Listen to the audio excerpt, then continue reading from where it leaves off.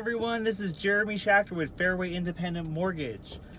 Today I have 3 special guests, all with HomeSmart Elite, talking about historic homes.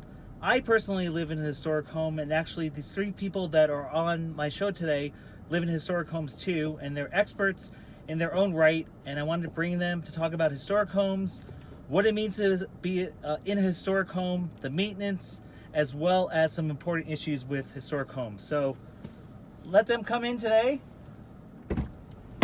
Hi everyone. Jeremy. Hello. Hi, Jeremy. Hello. Thanks for picking us up.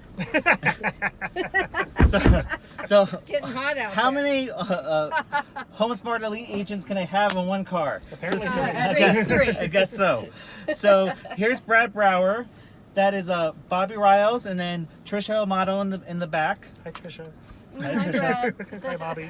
Hi, Jeremy. We're not gonna drive anywhere, so You don't need to get buckled in. Yeah. Oh, yes, I do. Okay.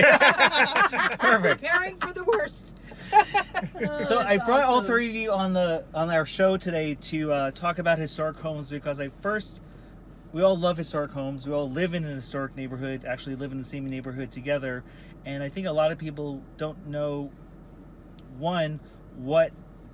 let's name some historic neighborhoods. So I'll start first because I know you guys are going to beat me. So obviously Willow, historic home. Oh, sorry, historic neighborhood. In Canto Palmcroft, Del Norte Place. FQ story. Fairview. Roosevelt. North Encanto. Oh, you stepped on my finger. Okay. Phoenix Homesteads. That's one that you don't hear about a lot. True. Garfield. No? Yeah. Okay. True. North Garfield. Country Club Park. Did we say Coronado already? Not yet. No. You know what? I'll pass. Okay, so that's a lot of historic homes. Okay. Total of 35 in Phoenix. 35 in Phoenix. Okay. What a surprise. So what makes an historic home? So I'm going to ask you a question and I'll go around. Okay, Okay. sounds So great. what makes a neighborhood historic in general? What the city of Phoenix and the state of Arizona said was initially it must be at least 50 years old. Okay. You guys? Oh, Oh.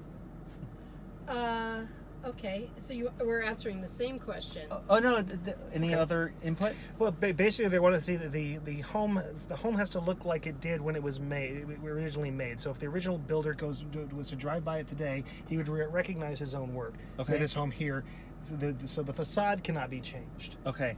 So that goes into my next point, which I can ask you ladies as well too. What can and what can't you do on a historic home once you buy a home in general? Like, You can't change the historicness of the outside. So you can paint it any color you want. Pink, Okay. purple, red, Please whatever don't. you want to paint it. Oh, your neighbors might not like you, but you can paint it any color.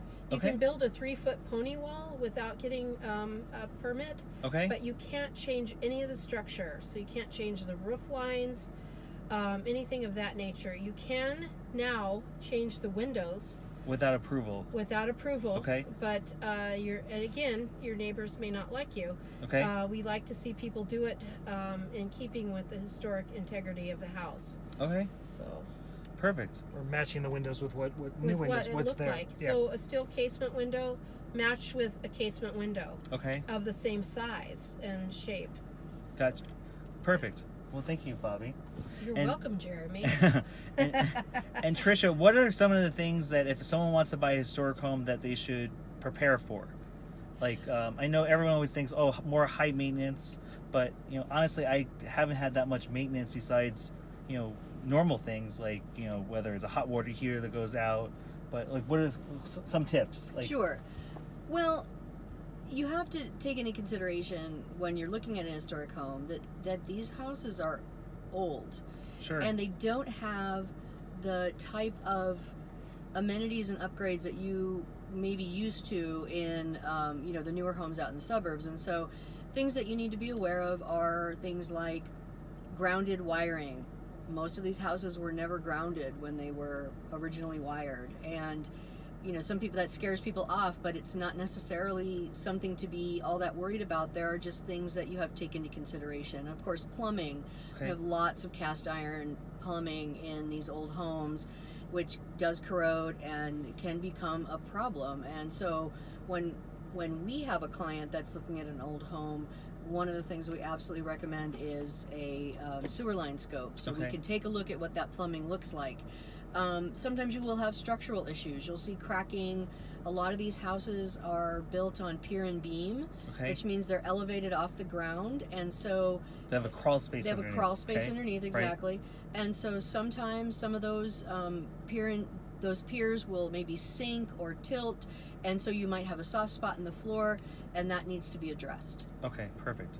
And wrapping up, one of the biggest things I think is getting a tax break, correct, on a historic home. If it's an historic neighborhood, you usually have, is it half the price of? It's up to 40%. Up to 40%. Okay. A tax break on those, so that gives you that little extra money, I guess, annually to put back into that home, which is the intention of the county for doing this. So that we're bringing those neighborhoods back up and keeping these homes in the style and design that they belong in, and really upgrading these neighborhoods, wouldn't you say?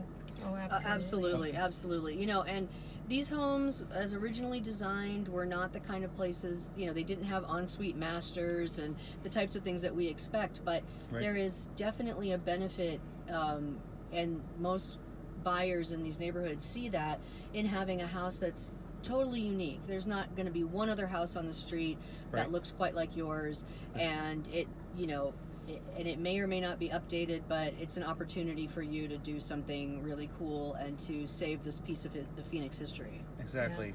Well, thank you all for You're welcome. coming. We I love know. our historic you. homes. Yes, we Yeah. love our historic We homes. love our historic homes. These people are the experts, so if you're looking to buy a historic home or have any questions, I'll tag everyone on Facebook as well as some other social media, and I really appreciate you coming today. So thank you. Jeremy. Thanks, Jeremy. Thank Bye, you, everyone. Jeremy. See you later. Bye.